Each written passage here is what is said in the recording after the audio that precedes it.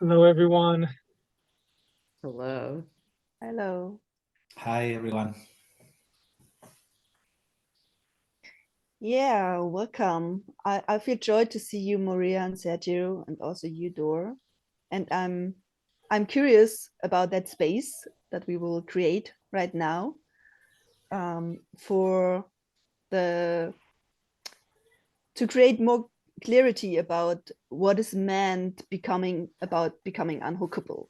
So, and I feel joy to have two interviewers here. Moriah and Sergio will interview Dor and me about that model. Yeah, and like I said, I'm curious about your questions you brought here. So, and I hand it over to you, Moriah and Sergio. Awesome. I'm here because I'm curious, as I don't know very well what is this about being hookable, but I have the feeling that I'm very hookable. I in my life I get hooked many times and I don't even realize. So yeah, I really would like to know a bit more, yeah, of what is that to be hooked and when that can happen. Yeah. Yeah, Sergio, I would like to give it directly back to you because you said you noticed that you get hooked many times in your life. How did you notice that? What do you know about your hooks? Yeah, like, yeah, for me, for example, sometimes I have like a plan. I have when I meet someone or when I have like an intention or something, and then I have a plan and I have something in my mind. I have like a focus, and then as soon as I start, I don't know the situation, but relating with someone or something, then I forget about this plan and my focus get lost, and then it's like after some time it's like, oh, what I was supposed to be doing here. So it's like, yeah, my focus, my mind. So I don't know if this is something like,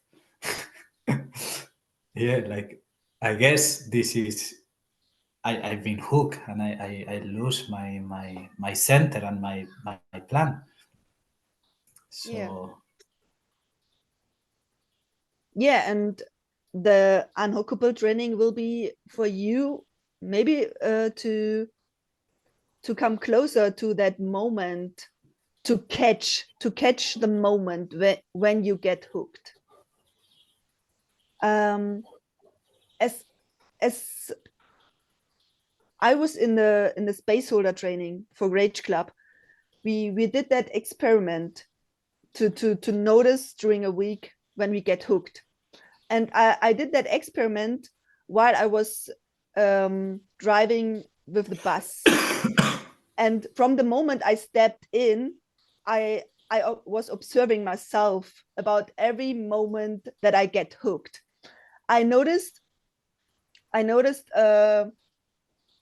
another participant in the bus that was wearing some headphones, and I noticed that I get hooked about how they cut themselves off from the environment, for example. Or I got hooked by a mother with talking with their children. So the way she did, and because I would do it differently.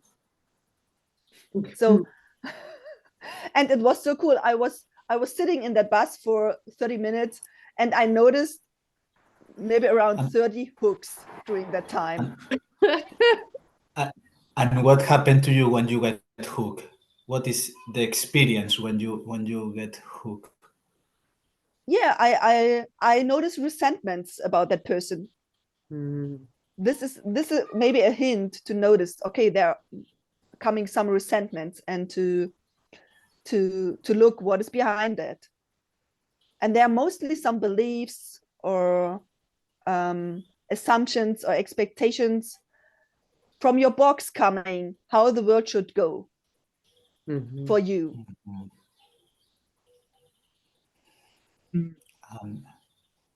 This can happen in any kind of situation, any kind of different context, like can be, like family, personal, work, doesn't matter, I guess. Yeah. When Nicole shared the example, what came up for me the last time that I got hooked was by opening social media or opening the news, like the news on YouTube. I don't watch the news, but I see something even on a global level, and it gets me hooked. And this the hook moment is it seems like a one moment, but what we discovered when working with the Unhookable workshops that we did in the past is it's made up of a lot of things. It's made up from like a bundle of things. We call it a bundle. So there might be an emotion there. For example, like you got hooked and then you felt an emotion of sadness that is stuck there from your childhood about something. And you might felt that you lose your energetic center. And suddenly, like you said, I don't have time. The now became really big, or like now I'm like my plan, like the energetic rhythm and timing of things that I followed is gone. And there can be your button getting pushed, like your box, like your your survival strategy, the way you're used to do things, that can be pushed. Like there can be a lot of things that happen really fast when you get hooked, and we discovered it helped to just like open this bundle and see what is my personal strategy when doing that. And just another word, is that you said if it can come in different situations. So it happens a lot and very fast when you're a space holder. Like when I'm a space holder, sometimes I get hooked in seconds, and I don't know I'm hooked. Like actually this training is getting me closer. Yeah, but I can get hooked from a participant, for example, that asked me something that I already shared about. And I don't even notice that I get hooked, and I start to answer, I start to try to please them or to explain myself, to be adaptive to them. There's a million strategies that I can cover this being hooked as a space holder. And that's what we kind of bringing a lot in this module, in the model 2. Yeah, so to add one thing to that, what Dor shared, it's in a wider field. Becoming unhookable or start noticing when you get hooked is also to notice when you are reactive to a situation or to another person. Like you said, Sergio, you have a plan in mind what you want to do, and then you get hooked, and instead of following the tasks you started with, you start reacting to that hook that was coming. So in that way, also what Dor shared is you give your center away. And one strategy of the reactivity could be, for example, that you want to take revenge. So that the other person hooked you, and you throw another hook back to that person. And then you start hooking each other, playing ping pong with hooks. So yeah. And this could be, to give a hint for the model 3, could be a great doorway to feed your gremlin. I will going to find in this module kind of gentle ways to get back, like to get unhooked once we realize how to to get back in a, I don't know, in a gentle way. So I don't know about the gentle way, but we will talk about strategies to become unhookable. And the first step, like we did in the centering process, is to notice when you are centered and when you give your center away, so that you have the possibility to choose something different. The moment that you notice, now I get hooked, you can choose to be not reactive. So, and to do something different, like, for example, a simple way to leave the room, to say to your partner, oh, I noticed I get hooked, I need to leave. I will come back to you later when I'm not hooked anymore.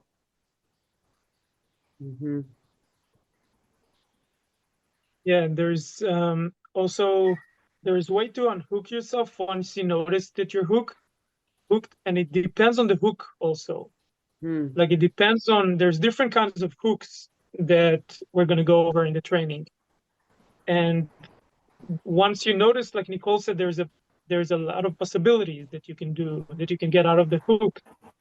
And it's also about becoming unhookable, which means that once you keep seeing yourself getting hooked in the same situations, and we're practicing this in the training.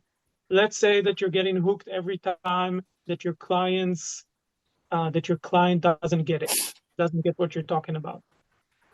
So, and we're practicing this, and you see that, and you're practicing this at home, and eventually you're becoming unhookable to that level of hooking. Maybe because you're doing an emotional healing process and heal that emotion that behind that. Like we find exactly what is getting pushed there. How do you get hooked? And then once you see it and you heal that, it's like you're not getting hooked to these things anymore. Like I used to get hooked by my parents, which is ridiculous now that I think about it. And then I got hooked by a roommate that I had in my apartment that used to throw all these comments at me. And then I got unhookable to that level. And I kept getting unhooked to different levels as I change, as I transform. Yeah. Yeah, so in that way, doing each piece will be also part of the unhookable training, because hooks that you noticed that they are repeatable, that they come from time to time, that are mostly emotions.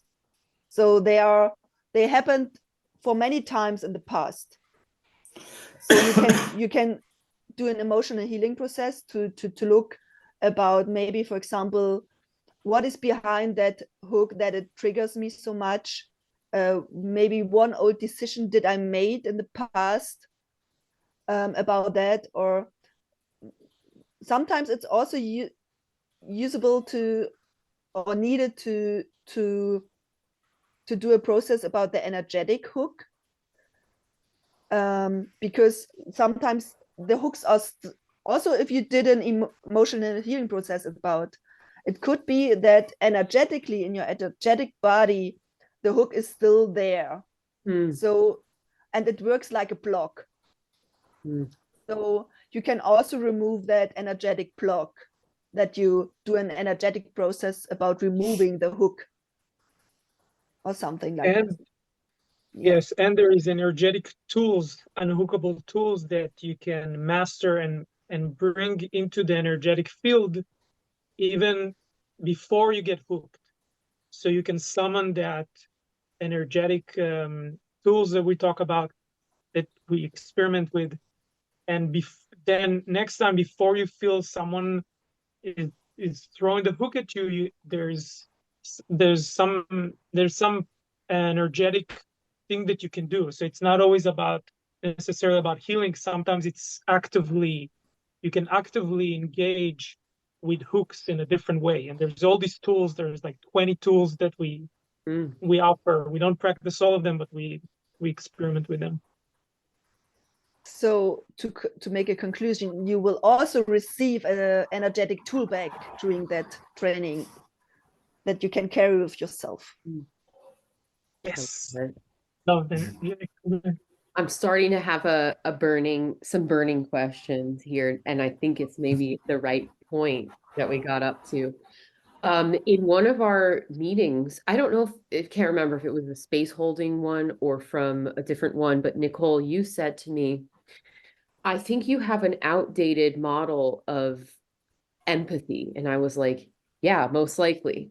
So my life was, I had what's called enmeshment trauma, if anybody understands it, because I was like the therapist to the women who raised me. And so there was this pattern my whole life of everybody confessing everything to me, but me not knowing any space holder training skills to like actually what to do. And so I'm now that you're talking about the energetic blocks, this is really piquing my curiosity, but my questions is like exploring.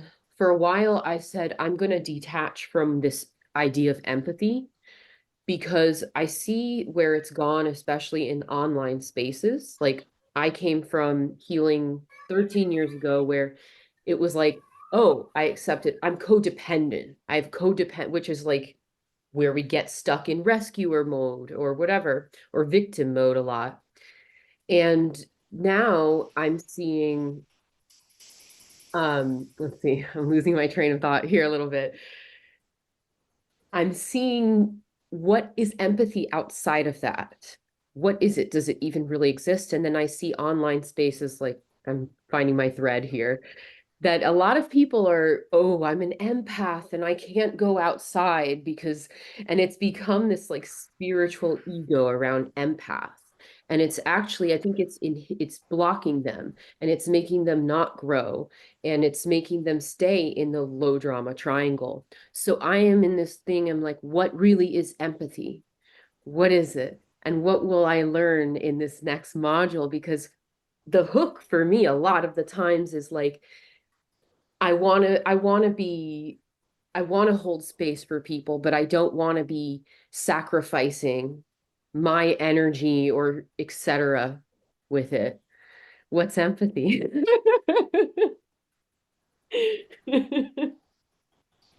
Yeah. So what I'm hearing is that a lot of this is taking other people's emotions and feelings. And like you said, a lot of people that they call themselves empath and they work with people as space holders in different disciplines, they sit with a person and they cannot separate their energy from that person and energy, emotional energy. Or so they just take their energy and then they feel drained in the end of the day. And then they think, oh, I don't want to work with people. Maybe I'm not empathic enough to, I don't know, or maybe I'm too empathic to do this.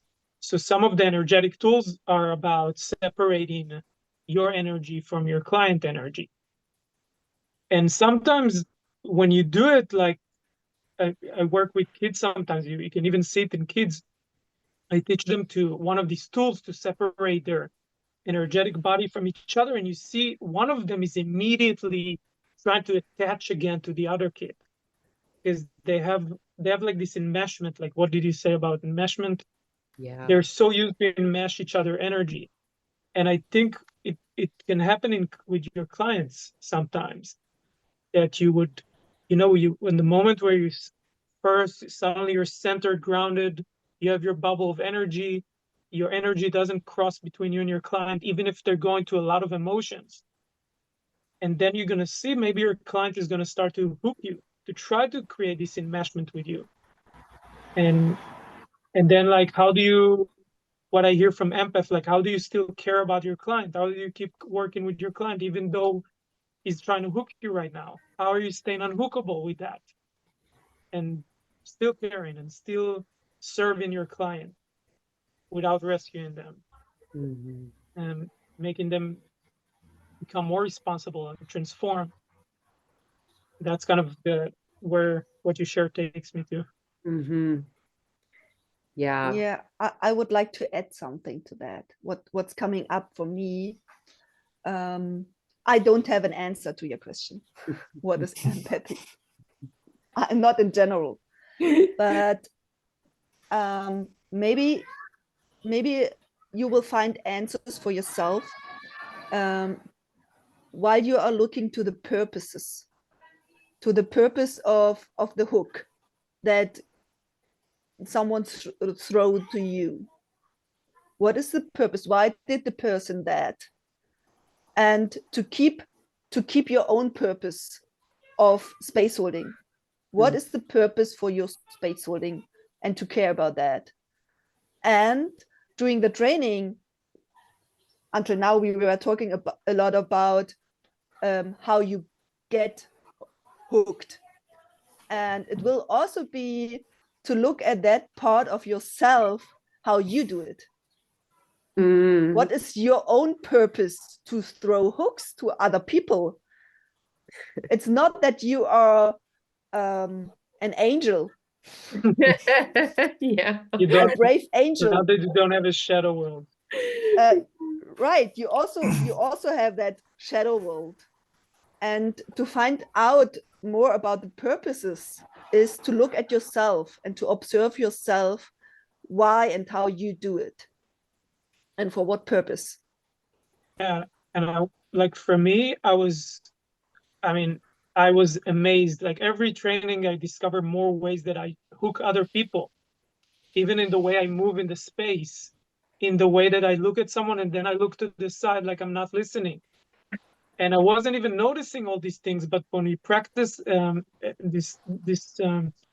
do these practices in like 3 cells together, in like groups of 3, and we give each other feedback about that. And then, wow, I was like, I'm doing so many of these hooks. I'm throwing so many hooks, and I think it helped me to change the way I relate to people. It's like, what's the purpose of me doing that? Maybe I'm scared. Maybe I'm trying to hide something. Maybe I'm, yeah. So it's really helped with relating. Maybe also about protecting, and what you said, Maria, to keep and to stay in the low drama triangle. So to not take responsibility. Yeah. So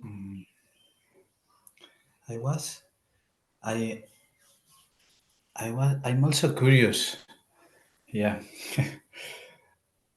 This was really interesting for me. And I was also, Dor, you mentioned something like this kind of 3 person or triangle. This bring me something about kind of the methodology or something, if you can say how we are going to find or to learn, or how is it working, like in the not practical but maybe methodological, if there is any method, or like how is it the way, a little bit, if you can mention something about that. You know, it's I feel joy about your question, because I want to share when we just finished the Space Holder Module 1, and I held space for that with Nicole for the first time. And in the beginning, I feel like I started this training with having more methodology and more of the way I think how things should look and how I'm approaching. And really, this journey with Nicole was like throwing that stuff out of the window. And you know, it was like a lot of things. I felt just liquid, just falling when I held space with Nicole, and really great experience also to see, like, Nicole, what do you bring up from your head every time? And I know we didn't plan that before, because I felt that we were doing it, improvising in the space. So I can say something about the way we used to do it, and maybe we're going to experiment with that also, is to do these improvisation experiments where, and it's not only intellectual, like fun improvisation, it's really energetic improvisations. So you, for example, you, Sergio, are holding space for a workshop, and everyone in the space holders training are your clients. And then you start the workshop, and we see what happens. We see how you get hooked. We see what's your strategy. But then the first time we take just space to observe and to open it and to see what happened there. and you get to have the experience, and you get to connect to your feelings at that moment. And it's slow, like, and so that's what's Like a coming up slow, from my mind. like a slow motion of a real situation. Yeah, we improvise like a real situation that you energetically play, and everyone energetically played clients. It's not like I'm acting. It's like I'm going into the role of your client right now, and I see what I feel also as your client. And then later I can give you that feedback. Like, I noticed that you get hooked when I ask you questions, something like that. So we really have a chance to see, almost like in a lab, how when you're holding space, what happens? How are you getting hooked? And we work with that. We evolve from there. That's kind of coming up, but who knows, So in that way, I would like to add how I'm doing it. Because yeah, I notice I get a bit hooked of the word improvisation. For me, it's not about improvisation. And some month ago, it's not so far away, I was that person, and this was also the way I was holding space. I was assuming I need to have a plan. I need to have a plan how it goes. How does it go to hold a work talk? How does it go to prepare training? Because I'm coming from that school modern culture stuff, and I'm a teacher. And this is how teachers are doing. They're preparing a lesson. So, and you really get trained in this, while you are studying it, to prepare plans. What will you do the first 5 minutes? What will you do the next 10 minutes with the students? And so on. You plan the whole session like that. And for me, it was really challenging to transform that. And it was so scary to go with the unknown. And I just jumped into that. I started to hold work talks without having a plan, just having a topic and starting the work talk. And then go with the necessity of the space. What necessities bring the people? And it is like we did also in model 1. Each time when we pick up something is going on in the client, in the participants, then we catch it and we go into that and ask, did you notice something is going on in you? So, and then we move from there and using the possibilities that are coming up. And I also like the, if you want to have an example, I like that the idea of doing role plays, so that you can take over, do overs. You take a situation from your daily life where you notice you get hooked with a person, and then you have that, maybe 3 people. You have that person that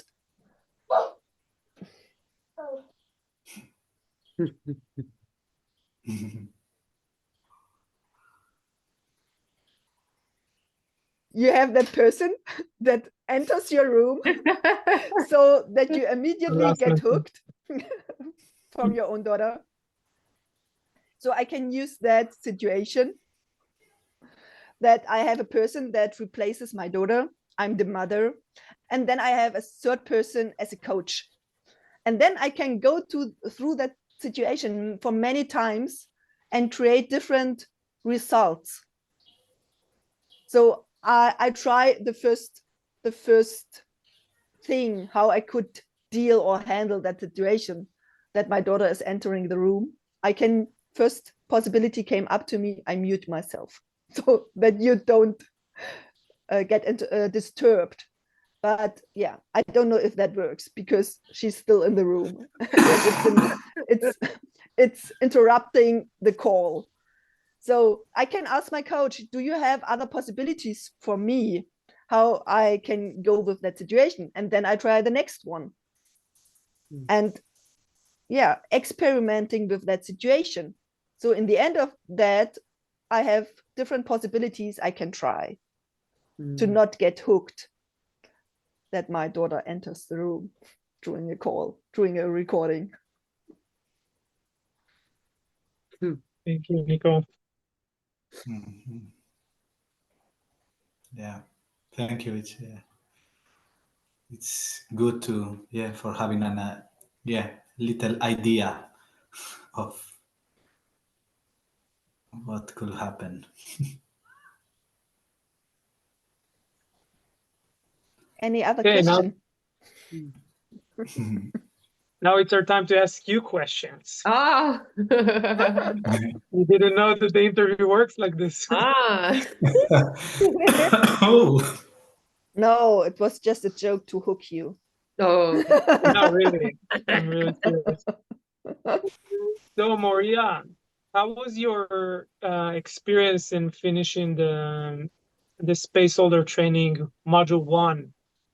And what, because I know you already signed up for the module 2, and I wanted to know, like, what did you got from it that made you want to keep exploring or something like that? All right, so It's a big question. yeah, so it's at first, where do I start? It's like a lot of things that came from this. At first I was like, are we just like freestyling this? You know, like I understand what you're saying, Nicole, about like the lesson plan thing. And I've been like, the modern culture is very like, I want to freestyle things and have like certain points that I'm hitting and not have it set in stone. But the way that the culture is like it praises this linear thing. And so I was, for about maybe 3 weeks of training, I was like, where is this going? Like part of me was saying it. And then that's where it started to get more like in my life, more and more experiences like naturally were, I was just getting to a new level, basically. And by like the 5th week and 6th week, it was like really like I was really getting perceptive, especially with, it was naturally starting that I was seeing where I was getting hooked. Like I thought I've worked on all these other things for years, but now I'm seeing like really little nuances, which is really good for me. Let's see. I felt like I was going a little crazy at times with the like low drama Can you triangle. give one of these? Can you give one of these examples on this moment that you find that is happening? Yeah, let me think of the specific one, because there's a few people in my life that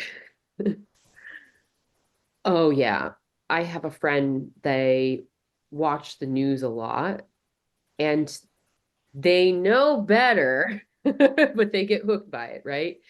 And usually I would say things like, that lowers your vibe, like, watching that is gonna like, but I stopped. I just like listen and be like, okay, whatever. Like, you've already heard me say it. And for some reason, by the last time that they were bringing up the news stuff and the politics, I just didn't really, it like wasn't going off. The whole like prosecutor of the low drama triangle, like better, wasn't going off. And I didn't realize it till like when we got off the call, and I was like, oh, that's different. Do I care less? And that made me question, oh, am I like not empathizing or something? So it's like, it's something though that's happening. It's always with like this kind of transformation work, is like you're ripping off one band-aid and now we're like exposing this thing, and it's like, when does it end? It's like but it's changing me in my life with people that come up to me, and I'm focusing more with my energetic center more naturally. Like I told you guys, I was having like dreams that the plane was like spinning and I'm still holding my center. I found that really wild. But there's been even more little nuances of me seeing where I'm getting hooked now. And that's why I was like, oh yeah, this is like perfect. They have it laid out. This training is like, that's the roadmap. That's the next thing. Thank you.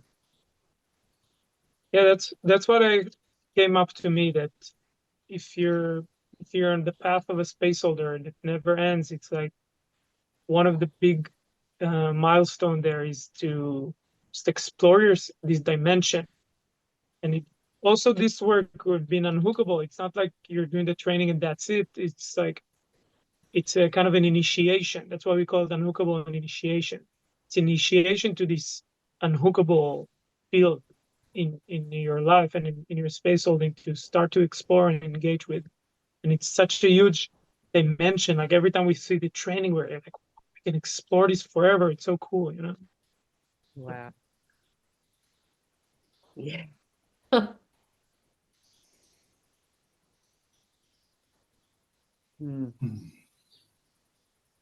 Yeah, my big question actually that I've never asked in any of our meetings is, of course I've read how I found you guys was like I've learned, oh, I'm a space holder. Like I learned the term like a few years ago. And then I started looking it up and I was like, what does it really mean? And earlier, Nicole, you said something to the effect of like what you want to bring into the space as a space holder. And it's like, whoa, we have a choice of what we want to bring into it. That's really empowering. And lately, I've started to think of what empowerment really is, because I think our modern culture has this like the shadow principles of it, and people are afraid of their power because there's in all of this and how it uses power against people or whatever, and we give up our center. So do we bring these like bright principles into our space when we're a space holder, and that could be different for different space holders? Yes. Yes. And if you don't know about your shadow world or about from what you get hooked, then each time you also bring your shadow principles in the space. So there are some hidden purposes because they are unconscious. You're not aware of them. And yeah, to come to that initiation of being unhookable, maybe also give you a taste of your shadow world and your shadow principles that are on work. So you already or still have the choice to choose if you want to keep that shadow principles. Yeah, I while did you are space read holding. about those. So are we gonna explore our shadow principles in Unhookable, or is it more like setting some ground for the third module? Yes, the last one. It's more about setting a ground for the model 3. And in model 3, we dive deeper into that shadow world. There's Wow. something about the shadow world that when you start work with it, you get hooked a lot. And that's why we wanted to do the unhookable training first. It's also an introduction to your shadow world, but it's a way to work on your shadow world without getting hooked a lot. Because when you start speaking about the shadow world comes. And yeah, I find a lot in trainings that for myself that I get hooked a lot in, for example, in possibility management trainings and in other trainings that I do, or as a space holder, that people get hooked a lot. And so if we want to go on this wild journey as a space holder 1 year, I think it's something to go through, like to bring into the conversation. Like, are you hooked right now? To be able to talk about it. And that's kind of I think a higher level of responsibility to bring into the teamwork. Mm. Hmm. I would Yeah. say great ending for that call. Yeah. Thank you, Sergio and Maria, for interviewing us Yeah. Thank you and guys. getting interviewed. Thank you. Thank Yeah. you for bringing your Big questions. pleasure. And anyone that wanna ask us anything about the training, the link is gonna be down for the Unhookable Module 2, and you still can join. And yeah, we'd love to, if you have more questions to answer, let us know. Thank you for watching. Bye. Bye.